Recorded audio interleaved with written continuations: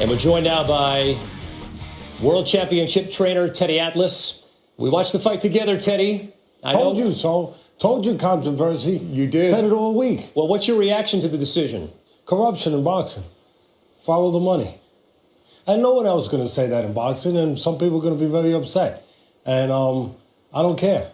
I don't care if they're upset. But what do you mean by corruption? Because there's no way. I got a 118, 110. Okay, let's not go for round. And let's make it 117 to 111. It still is one guy winning the fight. I mean, one guy was the ocean, the other guy was the log for most of the fight.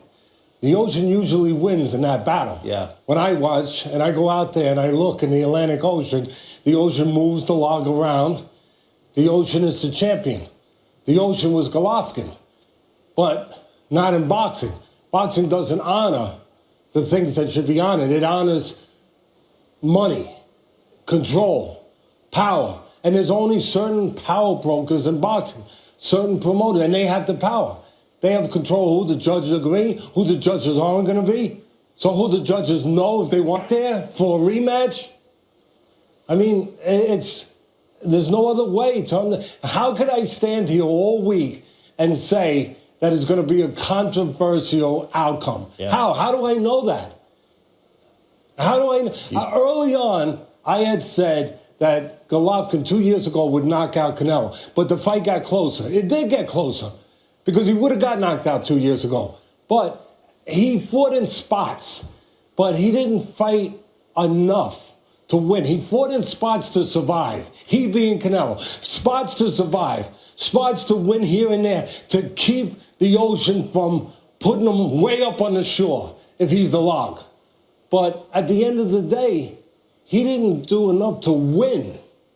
He survived. He knew that if he survived and he had spots, anything could happen. This could happen. The judges could take it from there. It is, and again, I don't give a damn about the promoters out there. And I picked the promoter who's on top. I picked that guy to win. But I don't care if they're mad and they're angry, because the truth is the truth. Yeah. That's the problem with the sport. And people will be satisfied to a certain extent, but people will be sickened and will say, I can't continue to love something that doesn't love me back. I think a lot of fight fans feel that way. Stephen A. Smith joins us from Vegas. Stephen A., you've heard Teddy Atlas. What's your reaction? Hello. Stephen A., what's your reaction? Teddy Atlas feels it was Triple G going away. What's your reaction? Well, listen, I don't think it was Triple G going away. I thought the fight was closer. I had it 115, 113 for Triple G. But the reality of the situation is that this has been tarnished by a judge that clearly had no business judging the fight. Adelaide Bird, whatever her name is, 118, 110, she needs to be tested immediately. Makes no sense whatsoever. There's no way in hell that it's a 118, 110. That's a completely lopsided fight on either end. She had it for Canelo. There's no way on earth that Canelo won 118, 110. You want to sit up there and say a draw, fine. You want to have him ahead by one round, I totally and emphatically disagree, but that's fine. It was a valiant effort on his part. He fought a tremendous fight, but Teddy's absolutely right. He fought in spots. He would connect with a good punch here or there. He would fight for 20 or 30 seconds, but after that, he'd take the rest of the round off while he was continuously and perpetually being stalked. Triple G couldn't find a right hand all night long. That much is true, but he was connecting enough to accumulate punches. I had him winning the fight 113, and again, it's not the fact that it's a draw. As much as I don't like it, I think it's weak because I want a decided winner. I don't want to hear draw. I do understand those who believe it was a close fight. But to have Canelo Alvarez winning 118, 110, that judge needs to be tested now. Not an hour from now, not 2 hours from now, not tomorrow morning. She needs to be tested now. Whoever he or she is, Adelaide Bird, whoever it is, 118, 110, they didn't know what the hell they were watching. They weren't watching a boxing match tonight that everybody else, millions on pay-per-view and thousands in attendance, were watching. This judge does not know what they're doing. I'm not going to talk about getting fixed and all of that stuff. I'm not going to discredit the sport that way. But I'm going to tell you, this particular judge did not show up to work tonight. Something is wrong.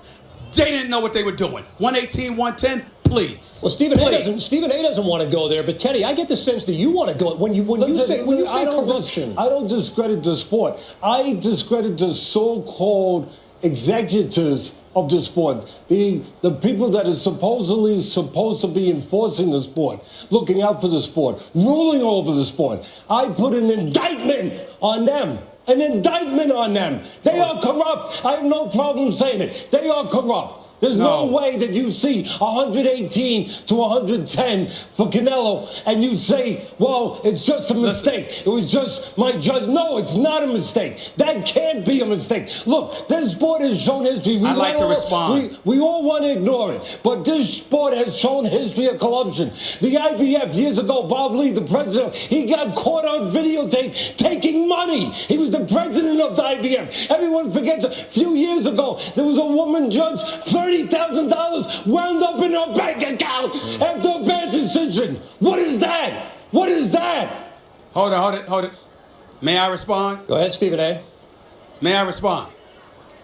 Teddy Atlas is a treasure to this sport. I'm proud to call him a colleague, and I appreciate his candor and his honesty. But I don't care what sport you pick. There are always individuals in there who are either corrupt or inept, incompetent, or all three, even though I would lump inept and incompetent in the same breath. The point that I'm trying to make is the actions of one individual or even several individuals does not contaminate the entire sport. Teddy Atlas, I don't blame him for feeling the way that he feels because he's a treasure to the sport. He has honored this sport for decades. I know when I talk boxing, I want to hear what he has to say. He has counseled me on many occasions. I love the man like my brother and colleague, but I am not going to sit up here and condemn and indict the entire sport of boxing. Tonight, it was one judge. Her name was Adelaide Bird, who did not show up to work or showed up to work with something clearly wrong with her. She needs to be tested for something because something is wrong if you judge the fight 118, 110. But that is one individual. You can eradicate them, make sure they don't judge the next fight or the fight after that, and go on from there. Certainly there's money in a rematch. We understand that. You had people that was sitting next to me in the media section, Teddy, that really thought it was a draw. I emphatically disagreed with them. But the fact that it was a draw is not the issue here. The issue here is the 118, 110 score. If you had somebody picking Triple G 115 to 113, and then you had another judge picking him to lose 115, 113, I don't think anybody could sit up there and look at the sport and say, oh, it's rigged, it's fixed, or anything like that. It's the one judge that judged it 118, 110. Let's put it in perspective and look at it that way.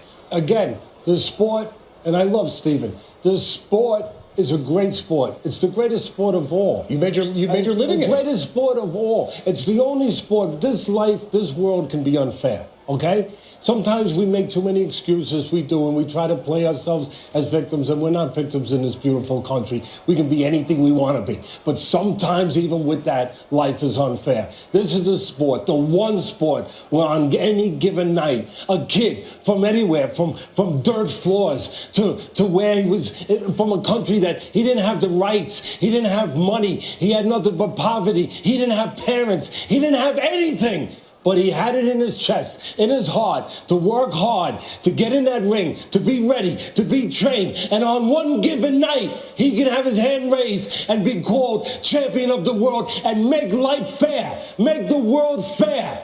It's the only sport that can do that. The sport is beautiful, but the administrators of the sport, they stink. Teddy, my man. You know, I got a dear friend of mine. His name is Jeff Brown. He's out in California. I've known him all my life. He has a saying, fair is a place where they judge pigs. It does not exist. You've known this for many more years than I have.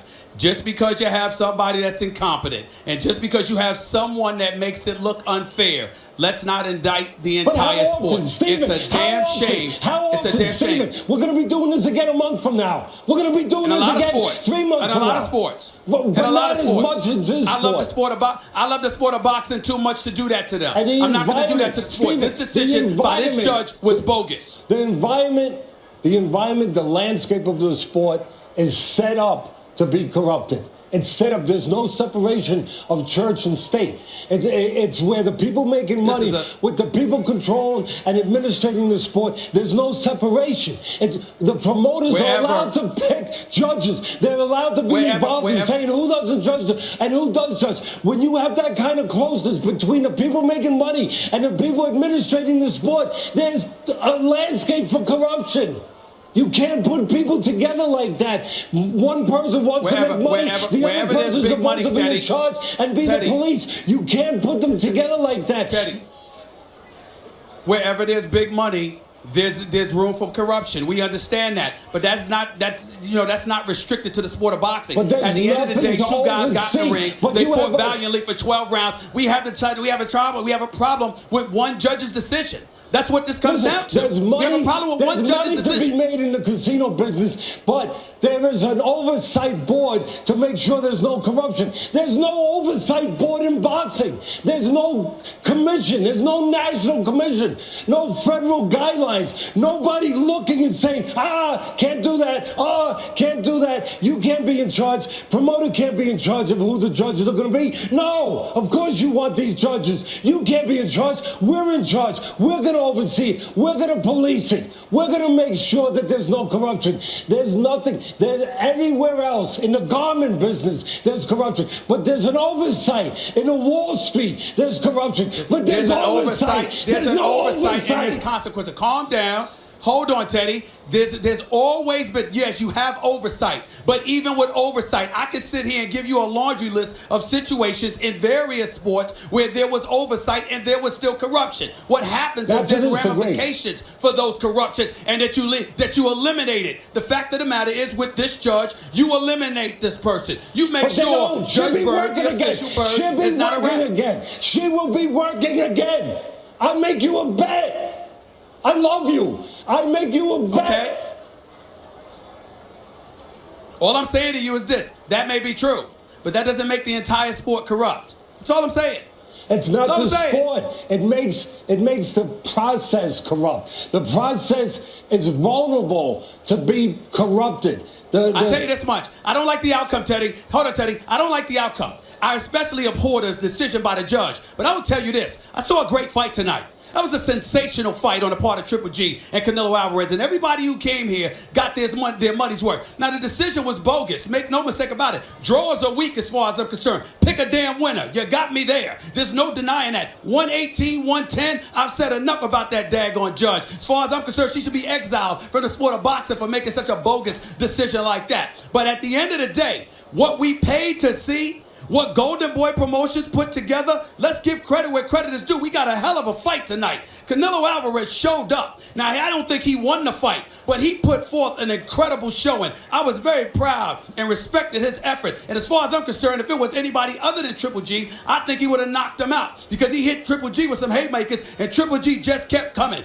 But Triple G, as slow as a snail, couldn't connect on a right all night long, was still accumulating points, got a body shots, hit left hooks, caught with a couple of rights, even though he missed about 90% of them. And at the end of the day, it was a hell of a fight. There's no question about it. I'm not going to sit up here and indict the sport of boxing, especially with somebody like you who I love and cherish dearly, being associated with the sport of boxing. I'm not going to sit up here and look at it with a level of corruption and just the insidious nature in which you label it. I'm not going to look at it that way because I love this sport, and this sport did not cheat me tonight. That referee, that official, cheated the hell out of us, no doubt. But this sport did not cheat us. They gave us a hell of a fight. The sport and the fighters are pure.